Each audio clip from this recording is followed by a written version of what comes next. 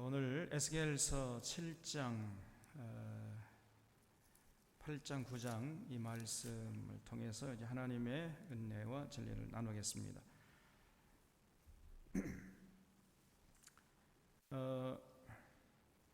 여기 7장 1절을 보겠습니다.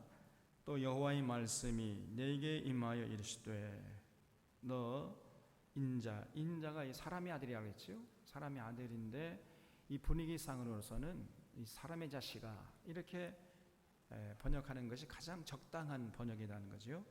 너 사람의 자식아, 주 여호와께서 이스라엘 땅에 관하여 이같이 말씀하셨느니라.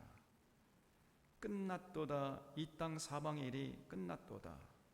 이제는 내게 끝이 이르렀나니 내가 내 진노를 내게 나타내어 내 행위를 심판하고 내 모든 가증한 일을 보응하리라 그랬습니다.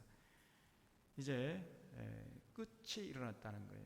이제 하나님이 참을 만큼 참았다는 거죠. 더 이상 참지 못하고 그 당시 이스라엘 백성들을 심판할 그 끝이 이제 이르렀다는 겁니다. 그러니까 여러분 에스겔서 1장을 보면은 1장 2절에 여호와긴 왕이 사로잡힌 지 5년 그달 초 닷새라 그랬죠. 그러니까 에스겔이 하나님께 부름 받은 때가 여호야긴 왕이 사로잡힌 지 5년 그달 초 닷새라고 했잖아요. 그러면은 이건 2차 바벨론 침공 때 에스겔이 바벨론으로 끌려가서 살다가 5년째 지난 그때 첫째 달 초 닷새에 하나님의 부르심을 받았다는 얘기입니다. 그런데 두 번째 침공과 세 번째 침공 사이는 11년간의 간격이 있어요. 그러니까 바벨론 군대가 두 번째 침공하고 그 다음에 11년 지난 다음에 다시 세 번째 침공에 들어와 가지고 예루살렘이 완전히 함락돼 가지고 그때 이제 예루살렘 남유다가 완전히 망했던 거지요. 자, 그러면 두 번째 포로로 잡혀와서 5년이 지났어요. 그러면 세 번째 침공할 때까지 몇 년 남은 겁니까? 6년 남은 거지요. 그러니까 끝이 다 된 거예요. 이제 6년만 있으면 세 번째 바벨론 군대가 쳐들어와서 예루살렘 성이 함락될 수밖에 없는 이러한 시대였단 말이죠. 그래서 이제 내게 끝이 이르렀다 이렇게 하나님께서 에스겔을 통해서 선포하게 하셨던 겁니다. 내가 내 진노를 내게 나타내어 내 행위를 심판하고 모든 가증한 일을 너에게 네가 가증한 일 한 대로 내가 보응해 주겠다. 모든 가증한 일이 뭐겠습니까? 저 뒤에 이제 계속 나오죠. 그래서 4절 내가 너를 불쌍히 여기지 아니하며 긍휼히 여기지도 아니하고 내 행위대로 너를 벌하여 내 가증한 일이 너희 중에 나타나게 하리라 그랬어요. 여러분 거기 줄 쳐보십시오. 행위대로 너를 내가 벌하겠다. 우리 하나님 어떤 분이시냐? 행한 대로 심판하시는 하나님이세요. 여러분 잊지 마시기 바랍니다. 행한 대로 벌하시는 하나님. 그래서 우리가 예수님의 은혜로 구원받고 예수님의 은혜로 우리 모든 죄가 용서받지만은 끝내 회개하지 않으면 그동안 용서받았던 것까지 그냥 곱빼기로 더해가지고 하나님의 보응 받는다는 것을 잊지 마셔야 됩니다. 그래서 너의 행위대로 내가 너를 벌하겠다. 네 가증한 일이 너희 중에 나타나게 하리니 내가 여호와인 줄을 너희가 알리라. 그래서 하나님이 이스라엘 백성들 끊임없이 용서하고 또 참으시고 모세가 와서 엎드리면 또 용서하고 그저 아모스가 또 나와서 하면 또 용서하고 이사야가 또 엎드리면 용서하고 끊임없이 용서했잖아요. 근데 이제 하나님이 참을 만큼 참으셨어요. 이제. 그래서 행위대로 심판할 때가 이제 가까이 다가왔던 거지요. 5절에 주 여호와께서 이같이 이르시되 재앙이로다 비상한 재앙이로다 볼지어다 그것이 왔도다 끝이 왔도다. 끝이 왔도다. 끝이 너에게 왔도다. 볼지어다 그것이 왔도다. 이 땅 주민아 정한 재앙이 내게 임하도다. 때가 이르렀고 날이 가까웠으니 유란한 날이요 산에서 즐거이 부르는 날이 아니로다. 그래서 그 하나님의 때, 이걸 카이로스라면 하나님의 때, 카이로스인데 그 하나님의 때가 이는 승리의 날이고 기쁨의 날이 아니라 죽음의 날이고 심판의 날이고 파괴의 날이고 두려움의 날이란 말이죠. 그래서 그건 요란한 날이 될 것입니다. 산에서 즐거이 부르는, 등산 가가지고 야호하는 그런 때가 아니고 무서운 하나님의 심판 앞에 직면하게 되는 그런 날이 이제 가까이 다가온다는 거예요. 이제 내가 속히 분을 내게 쏟고 내 진노를 내게 이루어서 내 행위대로 너를 심판하여 너 모든 가증한 일을 내게 보응하되 내가 너를 불쌍히 여기지 아니하며 긍휼히 여기지도 아니하고 내 행위대로 너를 벌하여 너희 가증한 일이 너희 중에 나타나게 하리니 나 여호와가 때리는 이임을 내가 알리라. 그런데 주셔 보십시오. 많은 성도님들이요 이 하나님 잘 몰라요. 하나님은 끝간데 없이 용서하시고 자비를 베푸시는 그런 분인 줄만 압니다. 그래서 하나님 앞에서 하나님의 이름을 만홀히 여기고 함부로 경거망동하게 행동하는 이런 경우가 많다 그 말이에요. 여러분 우리 하나님은 자비로우시지만은 또 어미하신 하나님이라는 사실을 잊지 마셔야 됩니다. 이 두 양면이 그 하나님에게 아주 절묘하게 공존하고 계세요. 그래서 한량없이 자비로우시지만은 그러나 그 한량없이 자비로우신 그 하나님의 사랑과 그 은혜를 경홀히 여기면은요 또 하나님은 한없이 무서운 분이시다 그 말이에요. 잊지 마셔야 됩니다.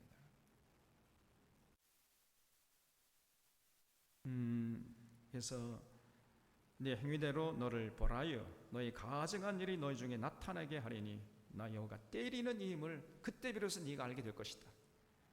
내가 누군지 내가 보여줄게. 그래서 너희 행위대로 내가 너를 벌하겠다. 당시 이스라엘 백성들이요 하나님 앞에서 만홀히 여겨 하나님의 이름을 경거망동하게 행동해요. 여러분 그 사람이 좋으면 그 좋은 사람은 더 인격적으로 존경하고 더 그 사람의 말을 무서워하고 두려워하고 신중하게 듣고 그래야 할 거 아니에요? 근데 대부분 사람들이 안 그래요. 저 사람이 항상 뭐 마음을 넓게 쓰고 또 용서하고 넓게 베풀고 그러잖아요. 그러면 쉽게 생각합니다. 그런 경우가 많아요. 아주 미련한 것이요. 그럴수록 더 어려워하고 더 두려워해요. 그런 사람이 진짜 무서운 사람이거든요. 우리 하나님도 마찬가지입니다. 우리 하나님이 너무 좋으신 분이세요. 너무나 사랑이 많으시고 자비로우신 분이시고. 근데 그런 하나님의 그 측면만 생각했다가는요 큰 코 다치는 것입니다. 이스라엘 백성들이 그래서 뭐 아이고 하나님 뭐 용서, 하나님이 화를 내시면 되겠나? 하나님은 하나님이시잖아요. 하나님이 화를 내세요? 뭐 이러면서 함부로 행동을 해요. 하나님과 약속해놓고는 들어서는 안 지켜. 하나님이 참다 이제 드디어 분노를 발하시고 그래서 내가 때리는 이 힘을 네가 알게 될 거야. 말씀하신 거예요. 이 10절에 볼지어다 그날이로다 볼지어다 임박하도다 정한 재앙이 이르렀으니 몽둥이에 꽃이 피며 교만이 싹이 났도다. 이 표현이요 이 시적으로 얼마나 절묘합니까? 몽둥이가 꽃이 피며 교만이 싹이 나요. 몽둥이에 싹이 나고 근데 그 싹이 어떤 교만의 싹이 나. 교만의 포악이 일어나서 죄악의 몽둥이가 되었는데 하나님 앞에서 포악한 짓을 해요. 그래도 하나님은 또 용서하시고 또 그건 모를 거야 하나님이 이러면서 말이죠 포악을 함부로 저지릅니다. 그들도 그 무리도 그 재물도 하나도 남지 아니하며 그 중에 아름다운 것도 없어지리로다. 때가 이르렀고 날이 가까웠으니 사는 자도 기뻐하지 말고 파는 자도 근심하지 말 것은 진노가 그 모든 무리에게 임하미로다. 파는 자가 살아있다 할지라도 다시 돌아가서 그 판 것을 얻지 못하리니 이는 묵시가 모든 무리에게 돌아오지 아니하고 사람이 그 죄악으로 말미암아 자기 목숨을 유지할 수 없으리라 하였음이로다 그랬죠. 이 13절이 이게 무슨 말입니까? 파는 자가 살아있다 할지라도, 당연히 살아남는다 할지라도 다시 돌아가 가지고 자기가 판 것을 다시 살 수가 없다는 것입니다. 왜냐? 이는 묵시가 모든 무리에게 돌아오지 아니하고, 이 말이 무슨 말인지 잘 이해가 안 돼요. 그래서 이 다른 번역본을 찾아보니까 이런 뜻이에요. 이게 이 땅의 모든 무리에게 보여준 묵시는 돌이킬 수가 없기 때문에, 다시 말씀드려서 지금 하나님께서 에스겔을 통해서 보여주신 끝이 다가왔다는 이 묵시, 이 계시가 일부 몇 사람에게만 적용되는 것이 아니라 모든 사람들에게 적용되기 때문에, 다행히 살아남은 사람이라 할지라도 다시 돌아가가지고 자기 판 것을 찾을 수가 없게 될 것이다. 다시 말하면 무서운 하나님의 심판 앞에 직면하게 될 것이라, 그런 얘기예요. 그래서 사람이 그 죄악으로 말미암아 자기의 목숨을 유지할 수 없으리라 하였음이로다. 그렇죠? 죄를 짓고서는요, 그 어느 누구도 이제 자기 목숨을 부지할 수 없게 될 것이다, 이런 얘기입니다. 우리가 알고 있는 하나님과 좀 많이 다르잖아요. 우리 하나님, 우리 죄를 지어도 용서하시는 하나님인데, 근데요 여기서는 죄를 짓고서는 그 어느 누구도 자기 목숨을 유지할 수 없게 될 것이다, 그렇게 하나님이 말씀했어요. 에스겔을 통해서. 하나님은 쉽게 생각하면 안 됩니다, 여러분. 그래서 우리가 하나님 앞에 나올 때에도 정말 준비된 마음으로, 준비된 모습으로, 준비된 자세를 가지고 나와야 돼요. 여기가 하나님의 성전이라고 우리가 인정할진데, 저런 성전 안에 들어올 때는요, 옷깃이라도 좀 여미고, 좀 마음도 좀 이렇게 정돈하고 들어와서, 또 여기서 들어와서 잡담하면 안 됩니다. 또 세상 그거는 저 밖에서 하고, 여기가 하나님의 임재하시는 성전이다, 우리가 그렇게 인정한다면은 몸과 마음을 좀 새롭게 해야 돼요. 그래서 제가 이 주일날 이제 예배 시작하기 전에 쭉 예배위원들이 들어오고 우리가 함께 일어나서 하나님을 맞이하자, 하나님께 함께 나아가자는 이런 의미에서 같이 좀 예배의 경건성, 이것을 도모하기 위해서 그렇게 하자고 한 것이에요. 근데 저를 또 존경하는 마음으로 마음을 표해 가지고 맞이하자, 이런 얘기가 아닙니다, 여러분. 여기 예배에 나왔다는 건 하나님의 존존 앞에 나왔다는 얘기거든요. 근데 우리 하나님이 용서하시 자비로우신 하나님, 우리 개신교는 그거밖에 몰라. 하나님의 어미하심은 몰라요. 그래서 이렇게 하나님에 나왔으면서도 아무 생각 없이 앉아 있거나 아니면 잡담하고 있거나, 그죠? 그러면 안 돼요. 저 밖에서는 그럴지라도 여기 들어와서는 정말 경건하게 엄숙하게. 여러분, 우리 구약 성경에 보면은 지성소에 누구도 못 나갔습니다. 대제사장이 1년에 딱 한 번, 또 대속죄일 날 7월 10일 날 딱 한 번 들어갔는데, 들어갈 때는요 철저하게 준비하고 들어갔어요. 그 잘못 들어갔다는 그냥 그 자리에서 죽임을 당해버렸던 겁니다. 대제사장이라 할지라도. 그래서 그 지성소라는 장소는 너무너무 두려운 장소였어요. 삐끗했다가는 그냥 그 자리에서 죽임을 당하는데, 그래서 거기가 자비로운 장소이면서도, 죄를 사함받는 자비로운 장소이면서도 동시에 너무너무 두려운 장소였던 것입니다, 여러분. 근데 예수님의 은혜로 이제 우리가 지성소까지 나가게 됐잖아요. 지성소까지. 예수님 십자가에 돌아갔을 때 휘장 위에서부터 밑에까지 갈라지 모래해서 누구든지 이제 지성소까지 나갈 수 있게 됐는데, 거기까지는 좋은데 아무 준비 없이, 아무 생각 없이, 아무런 주님을 향한 경외하는 마음 없이 나간단 말이에요. 이게 그건 곤란합니다. 그래서 우리가 신앙 행위 하나하나도 좀 점검을 해서 제대로 정통으로 하자고요. 정통으로. 처음부터 A부터 알파와 오메가까지, 처음부터 끝까지 우리가 모든 걸 점검해야 돼요. 괜찮아서 우리가 그냥 대충 뭐 이렇게 하고 뭐 그냥 사람만 많이 모여가지고 뭐 큰 교회 이러면 그 좋다. 이런 정도 의식이라면은 어떻게 해도 상관없습니다. 근데 우리가 정말 한번 제대로 해보자. 그렇게 해서 모인 교회 아닙니까? 그렇다면은 모든 면에서 우리가 제대로 해야 돼요. 모든 면에서. 그리고 갓난애 같은 그런 신앙의 모습을 갖추고 있으면 안 됩니다. 이제 여전히 그저 자기 중심으로 그런 상태에서 이 교회를, 이 건강한 교회를 세울 수가 없습니다. 여러분. 우리 모두 한 사람 한 사람이 다 하나님 앞에서 내가 곧 목회자다, 내가 곧 하나님 앞에서 올바로 서야 이 교회가 올바로 선다, 이런 정말 절체절명의 위기 의식을 가지고 서 있어야 됩니다. 그럴 때 교회가 건강하게 되는 것이지, 제가 아무리 혼자서 이렇게 해야 되겠다, 교회의 건강성을 위해서 애써도 같이 그를 공유하지 않으면은 이게 안 되는 거예요.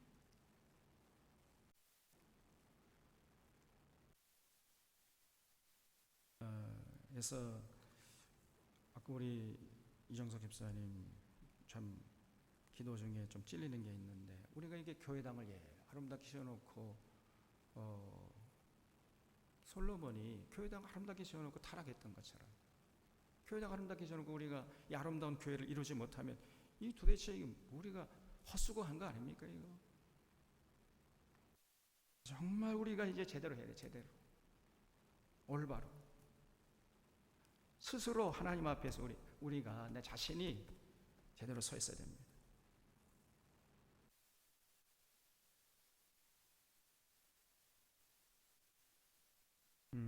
그래서 이 한두 사람이 그렇게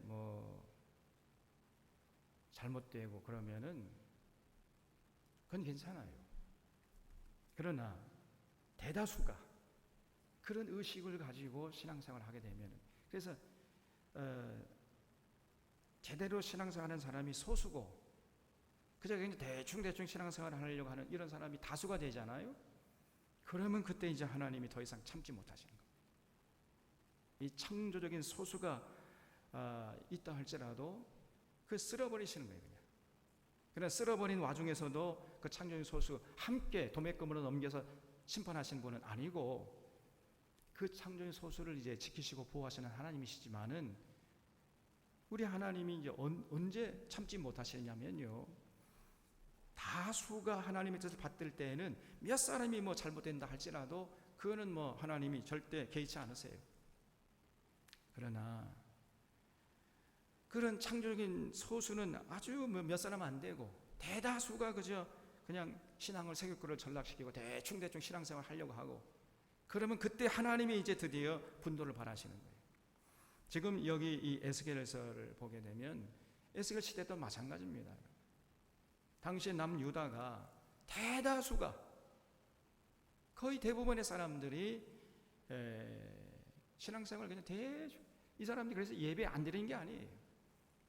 예배 열심히 드렸잖아요. 이렇게 계속 살펴봤잖아요. 기도도 많이 하고 찬양도 많이 하고 헌금도 많이 바치고 열심히 절기 지키고 그랬습니다만은 나가서 그저 지 멋대로 살았어. 여전히 바알 섬기고 우상 섬기고 삶과 신앙이 일치가 안 됐던 거죠. 근데 그것이 그냥 몇 사람만 그랬더라면요, 그건 하나님이 얼마든지 참았습니다. 근데 대다수가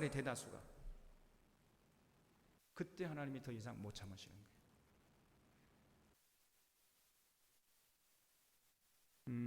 그래서 우리 교회가 중요한 거예요. 교회가, 우리 교회마저도 그냥 대충 사람들 많이 모여가지고 큰 교회 이루자, 이런 정도의 의식을 가지고 교회를 한다고 하면은 그러면 하나님의 실망감이 클 겁니다.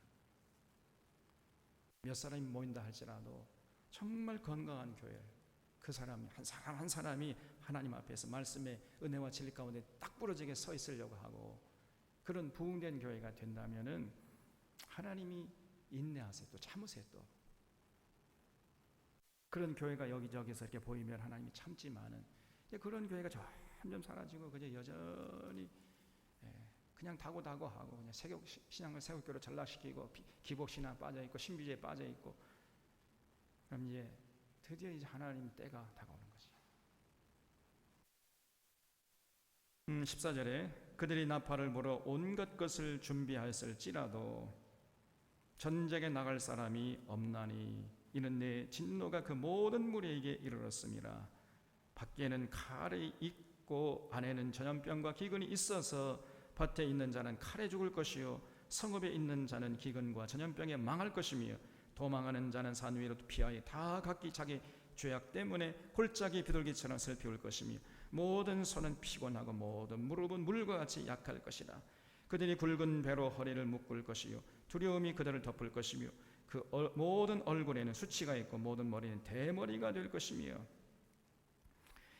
그들이 그 은을 거리에 던지며 그 금을 오물같이 여기리니 이는 여호와 내가 진노를 내리는 날에 그들의 은과 금이 능히 그들을 건지지 못하며 능히 그 심령을 족하게 하거나 그 창자를 채우지 못하고 오직 죄악의 걸림돌이 되미로다 그랬죠. 하나님의 심판의 날에는요, 은과 금이 아무짝에도 쓸데가 없어요. 은과 금이. 여러분 은과 금 좋아하시잖아요. 은과 금을 얻기 위해서 얼마나 애를 많이 씁니까? 그런데 그 하나님의 심판의 날에는 은과 금이 아무짝에도 쓸데가 없다는 거예요. 그래서 그때는 그들이 그 은과 금을 오물같이 여길 것이다. 오물이 뭐예요? 덩. 그래서 그 여호와 하나님의 진노 앞에 서게 되면요, 야, 이거 우리가 그 목숨 걸고 지키려고 했던 우리의 모든 시간과 재능과 열정을 쏟아부었던 은과 금이 이거 아무것도 아니구나 이거. 왜냐하면 은과 금이 능히 그 하나님의 심판 앞에서 그들을 구원하지 못하기 때문에 그때 비로소 깨닫게 되는 거예요. 그러나 그건 너무 늦어요. 그래서 그들의 은과 금이 능히 그들을 건지지 못하며 능히 그 심령을 족하게 하거나 그 창자를 채우지 못하고 오직 죄악의 걸림돌이 됩니다. 오히려 그 은과 금이 그들의 잘못된 삶을 폭로하는 분명한 증거가 될 뿐이다 그 말이에요. 21절에 그들이 그 화려한 장식으로 말미암아 교만을 품었고, 사람들이 이 당시 예루살렘 거민들 특별히 얼마나 화려하고 말이죠, 사치하고. 그런데 그렇게 하나님이 물질의 복을 주시면은 이렇게 교만했습니다. 교만을 품었고 그것으로 가증한 우상과 미운 물건을 만들었은즉 내가 그것을 그들에게 오물이 되게 하여 타국인의 손에 넘겨 오락하게 하며 세상 악인에게 넘겨 그들이 약탈하여 더럽히게 하고 내가 또 내 얼굴을 그들에게서 돌이키리나 그들의 내 은밀한 처소를 더럽히고 포악한 자도 거기 들어와서 더럽히리라. 그래서 하나님의 처소를 이 사람들이 더럽혀요. 하나님 처소가 어디겠습니까? 성소, 지성소죠. 성소, 지성소. 솔로몬 성전에다가 우상 제단을 만들어 봐 이것들이. 그래서 하나님의 처소를 더럽혀요. 그래서 이제 하나님께서 그들의 처소를 더럽힐 것이다. 그들의 내 은밀한 처소를 더럽혔기 때문에 하나님께서 이제 이방 군대를 보내 가지고 그 포악한 자가 거기 들어와 가지고 그들을 심판하게 될 것이다 그런 말이죠. 자, 이 무서운 말씀 아닙니까 여러분? 23절에 너는 쇠사자를 만들라 이런 피 흘리는 죄가 그 땅에 가득하고 포악이 그 성읍에 찼습니다. 내가 극히 악한 이방인들을 데려와서 그들이 그 집들을 점령하게 하고 강한 자의 교만을 그치게 하리니 그들의 성소가 더럽힘을 당하리라. 패망이 이르르니 그들이 평강을 구하여도 없을 것이라. 환난에 환난을 더하고 소문에 소문을 더할 때에 그들이 선지자에게서 묵시를 구하나 헛될 것이며 제사장에게는 율법이 없어질 것이요 장로에게는 책략이 없어질 것입니다. 선지자, 제사장, 장로들이 전부 타락했는데 뭐 그들에게 아무리 가서 구해봤자 그 생명길 하나님의 심판을 벗어날 길을 찾지 못한단 말이에요.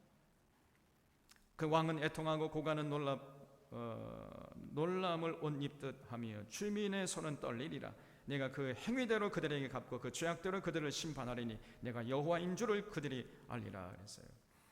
그래서 이렇게 하나님이 이제 7장에서는요 무섭게 분노하실 것입니다. 그 하나님의 무서운 분노의 때가 이제 다가온다는, 이제 몇 년 남았다고요? 6년밖에 안 남았어요. 이제 그렇게 에스겔을 통해서 하나님께서 알려주셨어요. 그러면 왜 하나님이 그렇게 분노하셨는가? 8장에 자세하게 나옵니다. 여섯째 해, 여섯째 달 초닷새. 여섯째 해라는 것은 바벨론 포로로 잡혀온 지 이제 여섯째 되는 해에 여섯째 달 초하루란 얘기죠. 그러면 이제 바벨론 군대가 몇 년만 있으면 쳐들어옵니까? 5년 남은 거, 5년.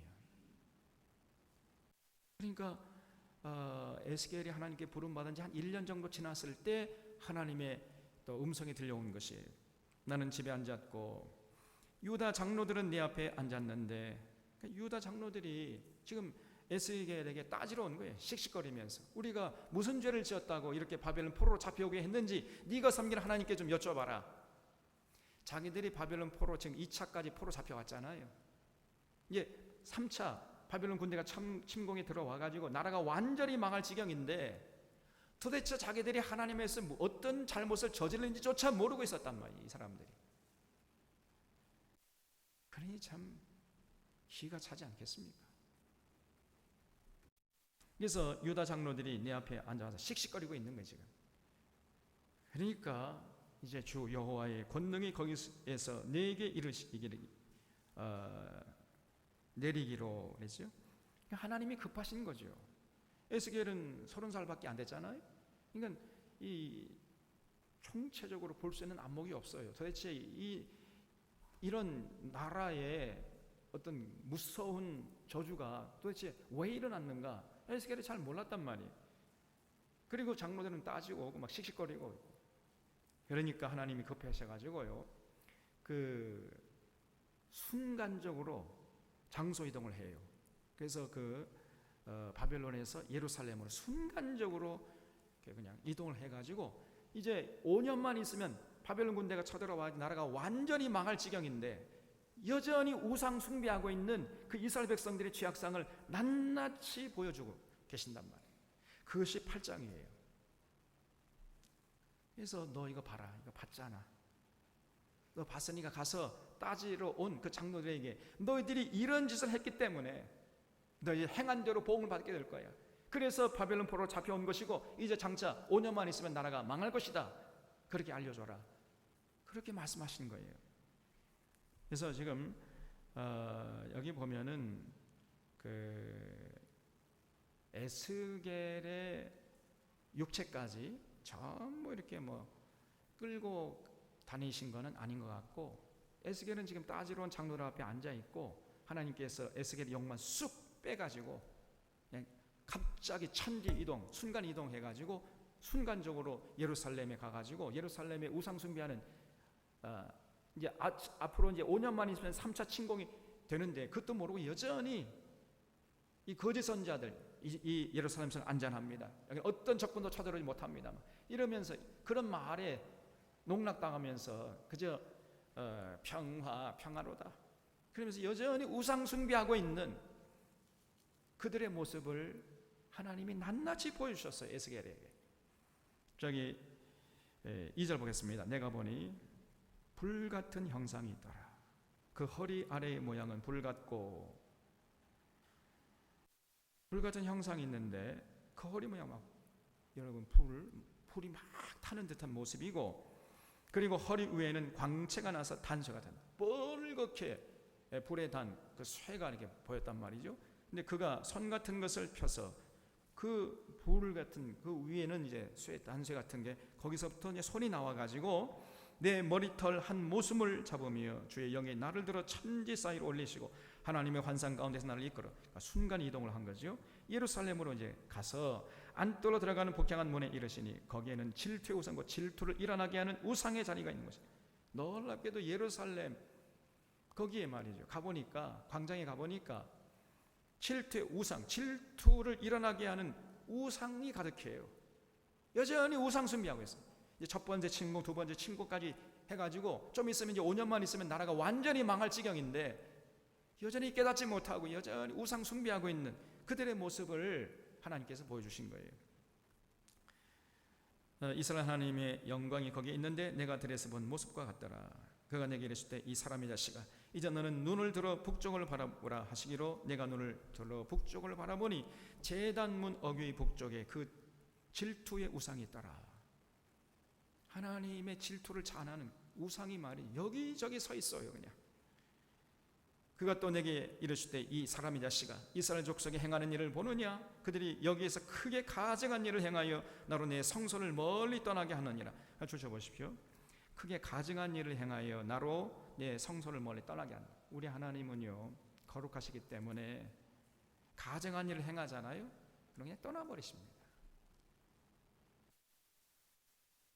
이 떠나는 것이 가장 큰 또 심판이에요. 또 하나님이 떠나버리세요. 그냥 이 더럽다 더러워 퇴하고 그냥 하나님 떠나버리십니다.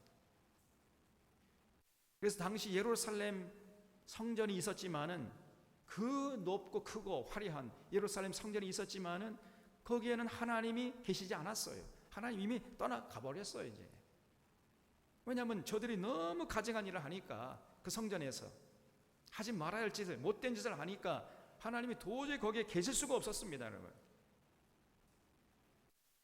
이제 제사 열심히 드려요. 제사 드리고 예배 열심히 드리는데 그런데 아무런 생각도 없고 의미도 없고 정성도 없고 그냥 습관적으로 의례적으로 그렇게 제사 드려버려요.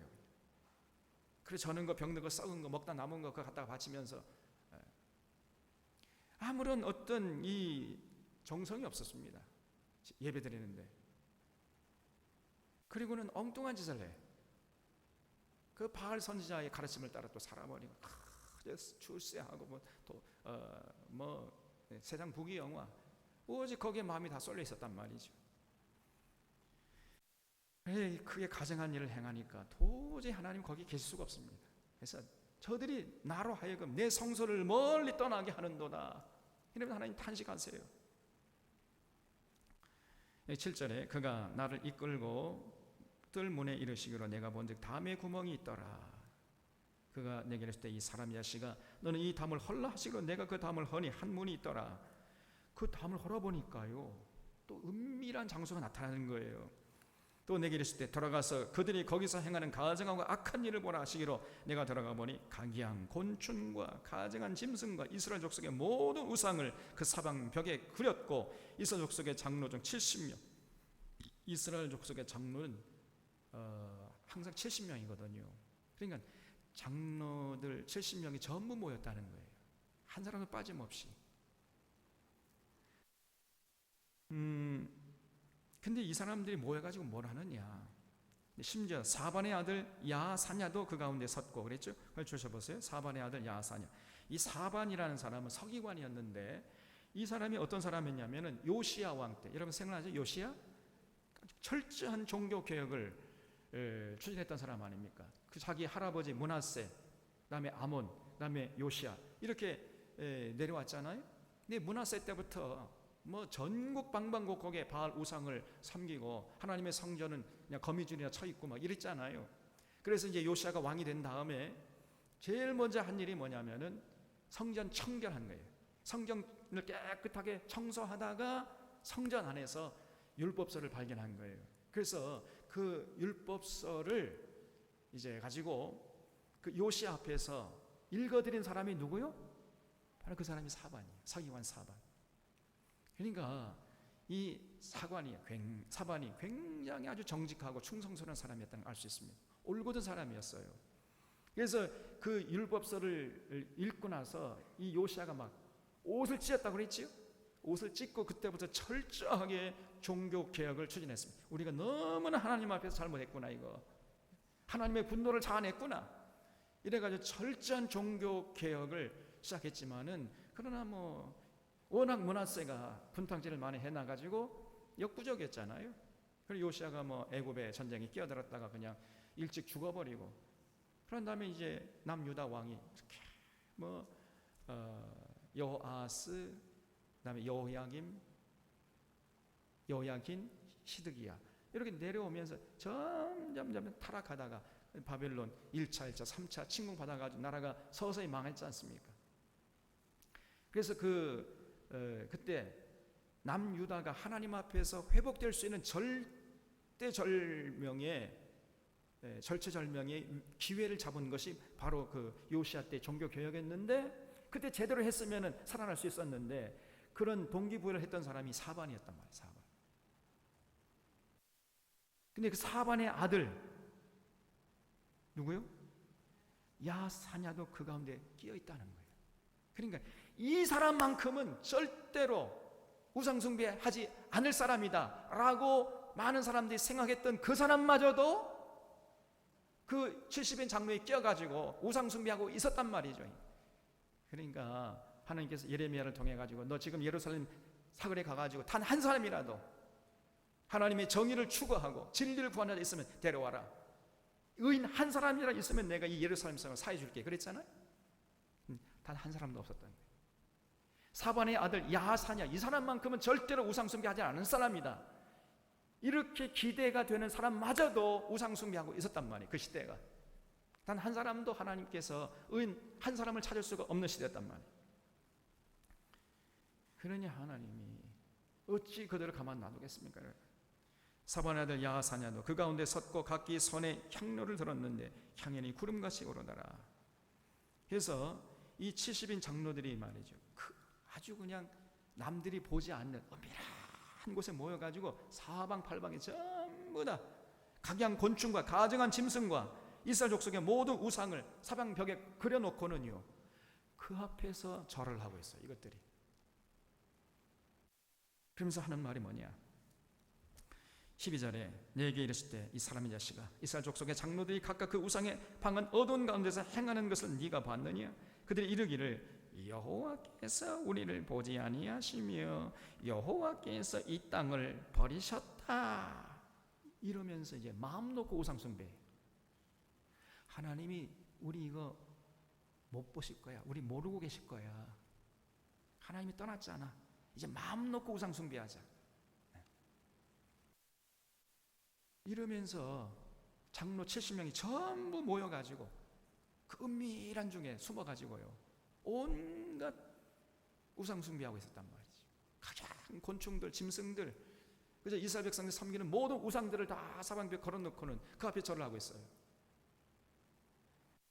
그러니 어떻게 하나님이 더 이상 참을 수가 있겠습니까? 단 한 사람이라도 있으면 하나님 참을 수도 있었을지도 몰라요. 근데 한 사람도 야사냐마냐도 더 휘둘려 버리니 말이에요. 근데 또 그것도 아무것도 아니래요. 13절에 또 내게 이르실 때 너는 다시 그들의 행하는 바 다른 큰 가증한 일을 보리라 하시더라. 그들이 또 나를 데리고 여호와의 전으로 들어가는 북문에 이르시기로 거기 보니 여인들이 앉아 단무스를 위하여 애곡하더라. 줄쳐보세요. 단무스. 이 단무스라는 우상을 섬겼는데, 이 단무스 우상은 바벨론 사람들이 섬기는 우상이었어요. 자, 불 보세요. 창세기 10장에 보면은 세상의 첫 영걸이 누구죠? 니므롯이라는 사람이 나오죠. 니므롯. 이 사람이 세상의 첫 영걸이에요. 그래서 이 사람이 이제 장성해가지고 결혼했는데 그 결혼한 여자 이름이 세미라미스라는 사람이에요. 세미라미스. 근데 이 여자가요, 악처 중에 악처예요. 그냥 어떻게 세상에 이렇게 악한 여자가 없어요. 여러분, 이 여성들이요, 독한 여자는 무섭습니다, 여러분.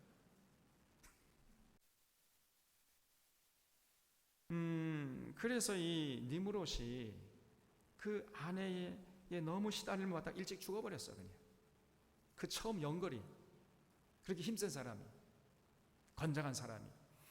그러니까 아이고 잘됐다 해가지고 이 세미라미스가요, 또 어느 논팽이랑 또 눈이 맞아가지고 살았어요. 또 그러다가 아기를 낳네. 그 남편이 죽은 지 얼마 안 돼서 아기를 낳으니까 좀 미안했던지 자기가 낳은 아기를 이름을 단무스라고 지었어요. 단무스. 그래 놓고는 이 단무스가 내 돌아가신 남편 니므롯이다. 그래서 니므롯이 환생해서 돌아온 사람이 바로 이 아기 단무스라는 거예요. 그러니까 자기가 낳은 아기를 보고 자기 남편이래. 이런 여자를 우리가 뭐라고 합니까? 그리고 이 살아 돌아왔기 때문에 이 아기가 신이래. 또 신. 그러면 자기는 뭐예요? 신을 낳은 어머니예요, 자기가. 그래서 신의 어머니. 그래서 이 성모라는 개념이 바로 여기서 나온 거예요. 이 바벨론 단무스 신앙에서 나온 겁니다. 성모, 하나님의 어머니라는, 하나님의 어머니, 신의 어머니. 그거를 캐톨릭에서 채택을 한 거예요. 그래서 여러분 캐톨릭 성당에 제일 먼저 그 문 앞에 들어가면 성모 마리아. 마리아가 보통 일반 우리가 똑같은 성정을 가진 여인이 아니고 성모 마리아래. 성모 마리아. 하나님의 어머니, 신의 어머니. 그래서 BC 431년 그때 에베소라는 동네에서 그 예수님이 하나님이시다. 하나님, 그러면 하나님을 낳은 마리아는 누구냐? 해가지고 논쟁을 벌여가지고 그 마리아는 일반 똑같은 성정을 가진 여성이 아니라 신의 어머니다. 이렇게 결정을 한 거예요. 그때부터 이 캐톨릭이 성모 마리아를 예수님보다 높은 자리에 놓고 숭상하는 이런 우를 지금도 범하고 있는 것입니다. 지금까지 계속해서. 어쨌든 이 단무스 우상에서 성모라는 개념이 들어왔어요. 그래서 이런 단무스 우상을, 이 바벨론 우상인데 이 이스라엘 백성들이 전부 다 수입해가지고 그 단무스 우상을 섬기고 있었단 말이죠. 그 여인들이 거기 앉아가지고 단무스를 위하여 애곡하더라.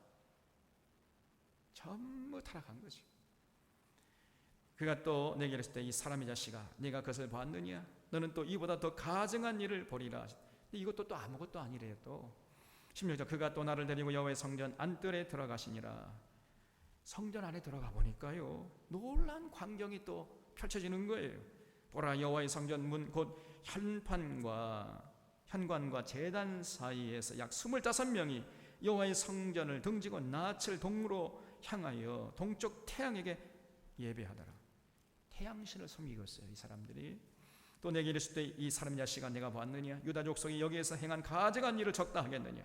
그들이 그 땅을 폭행으로 채우고 또다시 내 노여움을 일으키며 심지어 나뭇가지를 그 코에 두었느니라. 그러므로 나도 분노로 갚아 불쌍히 여기지 아니하며 긍휼을 베풀지도 아니하리니 그들이 큰 소리로 내게 부르짖을지라도 내가 듣지 아니하리라. 그래서 우상 숭배하니까 자연스럽게 어떻게 됩니까? 온갖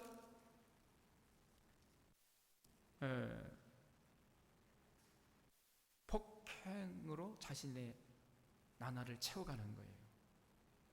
자신의 삶을 온갖 폭행으로 채웠습니다. 여러분, 하나님 섬기지 않고 우상 섬기잖아요. 그럼 어쩔 수 없이 온갖 폭행을 저지르면서도 그 자체를 몰라요. 어리석은 사람이 되는 겁니다. 그래서 하나님 안에 있는 것, 하나님의 진리 안에 있는 것, 이것이 얼마나 복된 인생인지 알 수가 없어요. 신앙생활 제대로 하는 것, 이것이 정말 중요한 것이에요. 신앙생활은 대충 이렇게 그러면요, 그 삶에 온갖 폭행으로 채우고도 자기가 폭행하고 있는지조차 몰라요. 그럼 하나님의 심판 앞에 설 수밖에 없는 것이죠. 하나님은 분노케 하는 인생이 된단 말이에요. 그래서 이 사람들이요, 그 마음의 중심에 하나님 두기 싫어했어요. 겉으로는 번지를 합니다. 하나님 사랑한다고 고백을 해요. 근데 삶의 중심을 보면은 하나님이 서 있는 것이 아니라 바알, 우상, 금송아지가 딱 서 있어요. 그러니까 어떻게 됩니까? 그러면 이제 반드시 그런 사람이 이제 권력 잡잖아요. 그러면 권력을 남용해. 국민들 위해 군림하는 거예요. 또 그 사람이 재상 되잖아요. 그러면 그 사람은 반드시 뇌물 받아먹어. 그 재판을 굽게 해버려요. 또 그런 사람이 또 제사장이 되잖아요. 제사장이 되면은 하나님 말씀을 제대로 전하지 않고 그저 뇌물 갖다 바치면은 복을 남발하고 뇌물 갖다 바치지 않으면 전쟁을 준비해. 또 그런 사람이 또 상인이 되잖아요. 그러면 그저 그냥 눈 뜨고 있어 코백하는 이런 짓을 해요. 다 거짓 저울과 거짓 추를 써가지고 부당이득을 취득하고 이렇게 살았던 거예요. 당시 이스라엘 백성들이 전부 다.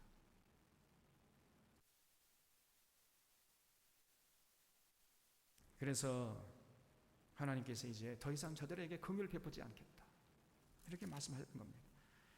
근데 9장에 보면요, 그런 와중에도 자신의 삶을 아주 깨끗하게 정결하게 지켜낸 사람들이 있었어요. 많지는 않습니다. 소수지만은 그런 시대의 분위기에 휩쓸리지 않고 딱 부러지게 그저 하나님 앞에서 제대로 신앙생활을 하려고 했던 이런 사람들이 있었단 말이에요. 많지는 않지만은. 근데 그런 사람들마저도 한꺼번에 하나님이 도매금으로 썰어버리시면은 안 되잖아요. 그래서 하나님이 그 사람들을 이제 숨겨주세요. 이렇게 스바냐 선지자 이해는 이렇게 숨겨주신 다음에 그 다음에 이제 그냥 심판하시는 이런 모습을 9장에서 보여줍니다. 또 여기 1절 또 그가 큰 소리로 내 귀에 외쳐 이르시되 이 성물 관한한 자들이 각기 죽이는 무기를 손에 들고 나오게 하라 하시더라. 그래서 그 성물 관한한 자 여기 자들이라 했는데 여기 보면 천사들이에요. 그 예루살렘 성을 그 보호하고 지키는 천사들에게 하나님께서 사람을 죽이는 무기를 손에 들고 다 나와라 이렇게 명령했다는 거예요. 그래서 그 사람들을 잔해하는 아주 비참하게 죽여버리는 이런 천사를 보내기 전에 먼저 너희들 가만히 잠깐 대기하고 그 먹물을 찬 천사를 먼저 앞으로 이제 가게 해가지고 그런 세상의 흐름에 몸을 맡기지 않고 저러면 안 되는데 저러면 하나님이 분노하시는데 하나님의 그 근심을 잔하게 하는데 그러면서 딱 부러지게 자기 신앙생활을 지키려고 했던 이 사람들 이마에 표를 하라 그랬어요. 그 먹물을 치라. 그래서 그 사람들을 은밀한 가운데 숨겨놓은 다음에 잔해하는 기계를 가지고 천사를 이제 전진해가지고 남김없이 다 진멸하라 이렇게 명령하시는 그 하나님의 모습을 여기서 볼 수 있습니다. 여기 2절에 보니까 내가 보니 6사람이 북향한 윗문 길로부터 오는데 각 사람의 손에 죽이는 무기를 잡았고 그 중에 한 사람은 가는 베옷을 입고 허리에 서기관의 먹구를 잤더라. 그래서 베옷을 입은 서기관의 먹구를 찬 이 사람을 딱 한 사람이 있는데 그 사람을 먼저 이제 보낸 거예요.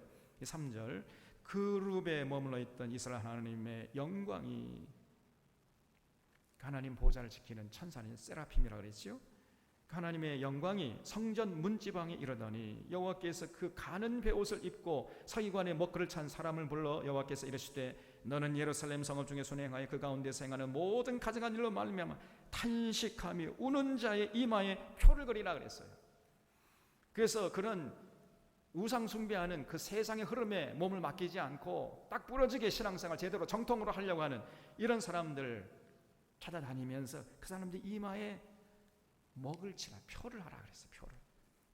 그리고 그 사람들 안전하게 이렇게 보호하신 다음에 이제는 잔해하는 기계를 가진 천사를 이제 전지시켜 가지고는 남김없이 용서하지 말고 다 도말해라 이렇게 명령하셨어요. 5절에 그들에 대하여 내 귀에 이르실 때 너희는 그를 따라 성읍 중에 다니며 불쌍히 여기지 말며 긍휼을 베풀이지 말고 쳐서 늙은 자와 젊은 자와 처녀와 어린 이와 여자를 다 죽이되 이마에 표 있는 자에게는 가까이 하지 말라 그랬죠. 그래서 이마에 이 먹물을 표시 있는 이런 사람은 죽이지 말고 그 이마에 먹물이 없는 이런 사람들 용서하지 말고 남기지 말고 다 죽여라. 근데 놀랍게도요 제일 먼저 심판을 그 모든 사람을 심판하는 그 심판을 어디서부터 시작하라고 그랬어요? 여기 6절 보면 늙은 자와 젊은 자와 처녀와 어린 여자를 다 죽이되 어린이까지도 죽이래요 하나님이. 이 한 어린이가 무슨 죄가 있습니까? 근데 그 어린이도 죽여라. 여자를 다 죽이되 이마에 표 있는 자에게는 가까이 하지 말라. 근데 어디서부터 시작하라고요? 성소에서부터 시작해라. 여러분 성소는 누가 있는 곳입니까? 제사장들이 있는 제사장들. 제사장들부터 처단하라니. 제사장들부터. 왜냐하면 제사장들이 다 타락했으니까. 제사장들, 장로들부터 처단해라. 참 무서운 얘기잖아요. 여러분 이 교회 지도자가 된다는 것은요, 이거는 제가 지난번에 말씀드렸잖아요. 이 복된 일이면서도 동시에 무서운 일이에요. 잘 감당하면 굉장한 복이지만은 잘못 감당하면 이것처럼 큰 저주가 없는 것이. 하나님의 어미하심을 우리가 경홀히 여기서는 안 된단 말이에요. 그래서 그 타락한 당시의 종교 지도자들부터 처단해라. 이렇게 말씀했어요. 하나님께서 네 성소에서 시작할지니라 하시며 그들이 성전 앞에 있는 늙은 자를 줄쳐보세요. 늙은 자를 두 글자로 줄이면 뭐예요? 장로들부터 차단해라, 그런 얘기예요. 다시 말해 교회 지도자부터, 이 제사장들, 서기관들, 이런 사람들부터 차단해라. 그가 또 그들에게 이르시되 너희는 성전을 더럽히어 시체로 모든 뜰에 채우라. 너희는 나가라 하시며 그들이 나가서 성읍 중에서 치더라 해서 이제 그 천사들이 나와가지고 닥치는 대로 이제 사람을 쳐 죽이는데요, 이마에 표 있는 사람들은 안전했다. 그들이 칠 때에 내가 홀로 있었는지라 엎드려 부르짖으니 이르되 아하 주 여호와 예루살렘 향하여 분노를 쏟으시오니 이스라엘의 남은 자를 모두 멸하려 하시나이까. 에스겔이 막 부르짖었어요. 그가 내려 이르실 때 이스라엘과 유다 족속의 죄악이 심히 중하여 그 땅에 피가 가득하며 그 성읍에 불법이 찼나니 이는 그들이 이르기를 여호와께서 이 땅을 버리셨으며 여호와께서 보지 아니하신다 함이라. 이 사람들이 어떤 마음으로 우상 숭배했냐면은 여호와께서 이 땅을 버리셨어. 그리고 여호와께서 우리를 보지 아니하셔. 모르실 거야. 그러면서 마음 놓고 우상 숭배해, 이 사람들이. 그래서 그 죄가를 당하게 하겠다, 그 말이죠. 그러므로 내가 그들을 불쌍히 여기지 아니하며 긍휼을 베풀지 아니하고 그들의 행위대로 그들의 머리에 갚으리라 하시더라. 보라, 가는 베옷을 입고 허리에 먹그릇을 찬 사람이 복명하여 이르되 주께서 내게 명하신 대로 내가 준행하였나이다 하더라. 그래서 이제 그런 와중에서도요, 제대로 신앙생활한 이런 사람들 하나님께서 숨겨주신 은혜 살려주셨단 말이에요. 그 무서운 민족적인 저주 가운데서도 하나님께서 숨겨주신 다음에 이제는 그냥 마음 놓고 예루살렘에 저주를 쏟아부으시는 이런 모습을 볼 수 있습니다. 그러니까 지금 5년만 있으면 나라가 망하는 거예요. 그래도 이 사람들은 그냥 안심하고 또 우상숭배. 하나님 이제 떠났고 우리 못 볼 거야. 그리고 하나님 생기도 없고 그래서 저주도 못하고 복도 못 주는, 그러면서 이제 마음 놓고 우상숭배했던 거예요.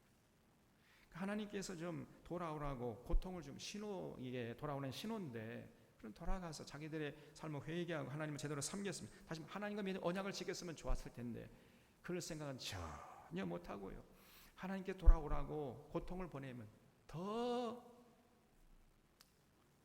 하나님부터 멀어져요. 그래서 호세아가 이 어리석은 비둘기 같은 사람들이라 그랬잖아요. 하나님 집으로 찾아갈 줄 몰라요. 그러니까 더 얻어 터지다가 이제 나라가 망해버려요.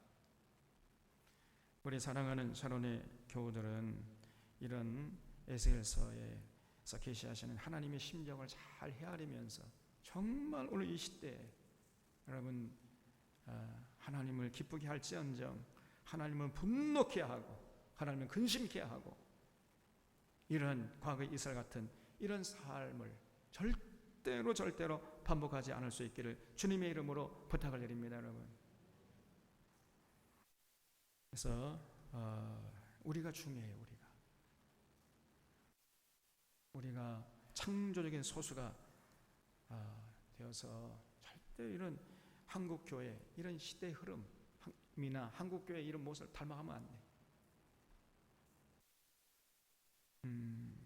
그래서 정말 우리는 성경의 가르침, 특별히 예수님의 가르침을 마음판에 새기고 우리가 예수님의 은혜로 구원받은 자임을 마음속에 새기고 넘치는 긍지와 자긍심을 가지고 하루를 살더라도 예수님의 가르침에 따라 살다 죽겠다, 이런 자세를 가지고 제대로 신앙생활을 해서 하나님께 영광 돌리는 창조적인 소수가 되어주시기를 주님의 이름으로 부탁드립니다. 기도하겠습니다. 함께 기도할 때 오늘 말씀을